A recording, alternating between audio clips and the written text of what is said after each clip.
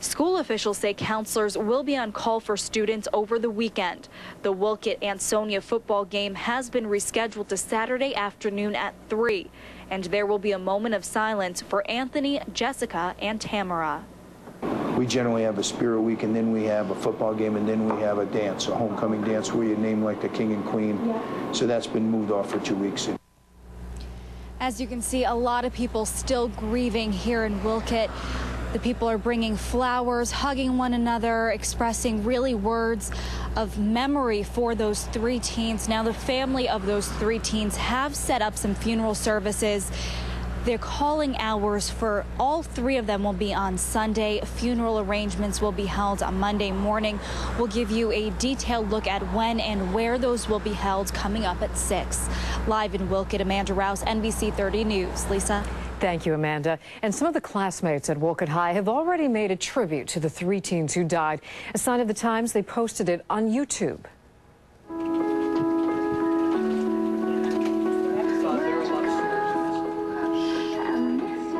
The musical tribute contains dozens of pictures of the 3 teenagers and comments posted by their friends. You can post your own comments or upload photos of the 3 on a tribute page on our website, NBC30.com. And coming up ahead at 6, NBC 30 has uncovered information that shows the teen driver should never have been on the road yesterday. The stunning new information at 6. And while many questions remain about how it happened, today classmates had a chance to grieve and pay tribute to the friends they lost. Our coverage begins with Amanda Rouse in Wolcott. Amanda. Well, Jerry and Lisa, a roadside memorial has been set up at the site of the crash. If you look behind me, you can see that now Wolcott police officers actually have been brought in because there's been such a crowd gathering at that roadside memorial. Students really have been making their way over to the site all day long to lay down flowers and grieve for the lives lost. Another somber day in Wolcott as memorials reminded the community of the deadly accident that occurred the day before. A roadside memorial filled with flowers, pictures, and kind words paid tribute to Anthony Apruzes, his sister Jessica, and her friend Tamara Correa. The 3 died at the site on East Street after Anthony's car clipped one vehicle, then hit into an oncoming truck. Everyone's really affected by it. It's just really hard to deal with. The teens' fellow students dealt with their grief through messages. Memorial boards set up along the walls of Wolcott High School were filled with tearful goodbyes. 3 lockers also paid tribute to the students with pictures, roses, and more messages. It helps just to relieve what you're thinking. While the students grieved, the Wolcott Police Department continued with their investigation into the accident, using the help of the Southington Police Reconstruction Team and the Bristol Police Department. And I know Bristol Police came in and they're offering their assistance at this point in time because they're very familiar with the vehicle that Anthony was driving. Anthony's Subaru was similar to the vehicle in another fatal crash in Bristol. Back in August, 4 teenagers died after their Subaru got into an accident on Route 6. Police say the car is known for speed. They're more of a high-performance type of car that's probably, built for a little bit speed, and the kids of today like the way the car looks. The families of the 3 teens have scheduled funeral arrangements. Calling hours for Anthony and Jessica will be Sunday from 3 to 7 at the Della Vecchia Funeral Home. A mass will be Monday at St. Pius Church. That will be at 9 a.m. Calling hours for Tamara will be held Sunday from 2 to 7 at the Woodtick Funeral Home. A service will be held there Monday morning at 10. For now, it's live in Wolcott. Amanda Rouse, NBC 30 News. Lisa, back to you. Thank you, Amanda. New questions are emerging about the teenager behind the wheel. Anthony Apruzes was convicted of DUI in March. Now, state lawmakers, police, and others are questioning why his driver's license was not still suspended at the time of yesterday's crash. NBC 30's Deborah Boxty is here with that part of the story. Deborah. Well, Lisa, newly unsealed court records show Anthony Apruzes pleaded guilty to DUI back in March, but he did so as a youthful offender. The case has exposed loopholes in state law that the DMV says wipe out criminal statutes requiring stiffer penalties. But Judiciary Committee Chair Michael Lawler says those statutes should still apply, and he says the teen's license should have been suspended much longer.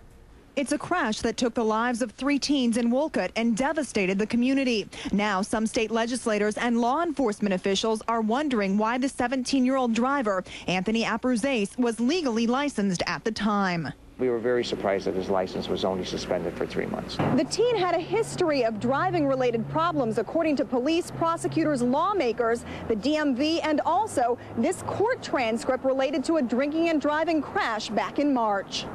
The transcript shows Abruzes pleaded guilty to DUI in July inside Waterbury Superior Court. Judiciary Chair Michael Lawler says the plea should have triggered an automatic license suspension until at least age 18. But the teen was allowed to plead guilty as a youthful offender, which according to the DMV doesn't count. We have no record of a criminal conviction, so it appears that he must have been pled guilty as a youthful offender. We think that law should be changed. You shouldn't be able to use youthful offender for drunk driving offenses. Lawler also questions the original 90-day suspension from the DMV after the crash, saying state law doubles the length for underage offenders. Again, the DMV commissioner disagrees, saying that only applies after a conviction or a breath test, not a blood test, which is what happened in this case. If a teenager has a driving under the influence and it's by a blood test, the statute says a 90-day suspension. That's what was granted in this case, was ordered in this case. If he'd had it by a breath test, it would have been 180 days. When sentenced for that DUI crash, these court papers show the judge told Abruzes he was lucky to be alive. The teen agreed. Unfortunately, it was not enough of a scare to prevent this terrible tragedy, where he and 2 other teens lost their lives. And besides that crash in March, records show Anthony Abruzes had been ticketed 4 times for speeding, not wearing a seatbelt, running a stop sign, and for trying to buy alcohol underage. As for those loopholes, Mothers Against Drunk Driving is now calling for lawmakers to close them. The DMV says it asked lawmakers to close them last session, but they didn't. Jerry, back to you. Thank you, Deborah. This community still grieving tonight, still trying to make some sense of this terrible tragedy. Along with the flowers, candles, and tributes, there were more tears in Wolcott Friday night. Friends continued to visit the memorial at the crash site, reflecting on the times they shared with 3 teens whose lives were suddenly cut short. All the fun times, yeah. Good times, you know. They're still here. I got them. That's it. 17-year-old Anthony Abruzes, his 14-year-old sister Jessica, and a friend, 15-year-old Tamara Correa, were all killed on Thursday when police say Abruzes swerved around a trailer and collided with a box truck. At Wolcott High School, there are now memorials in the hallways and on the students' lockers. Grief counselors have also been on hand to help students cope with the tragic loss. Just seeing my friends going to the guidance office crying just breaks my heart about this whole tragedy. Amidst all the grief, there are also questions about what went wrong and even if Abruzes should have been behind the wheel. Court papers show the 17-year-old was involved in another serious accident this spring and pled guilty to DUI as a youthful offender. Had Abruzes taken a breath test, he would have faced a 180-day suspension. Instead, the teen took a breath test and got his license back this summer. A teenager has a driving under the influence and it's by a blood test. The statute says a 90-day suspension. That's what was granted in this case, was ordered in this case. If he'd had it by a breath test, it would have been 180 days. Whatever the case may be, there's only one truth that stands out to this community. It's the wonderful lives of 3 teens that touch so many people. It's painful. It's not easy to talk about. That's why I'm trying my best right now. They were just nice. I loved them all. I miss them. The DMV commissioner says his agency tried to close that loophole this year. However, the bill did not make it through the legislature. As for this crash itself, the cause still remains under investigation tonight. That's the latest. We're live here in Wolcott. Sean Phillips, NBC 30 News. Sean, thank you. Wolcott High School classmates are also remembering the 3 teenagers online with a song and slideshow on YouTube.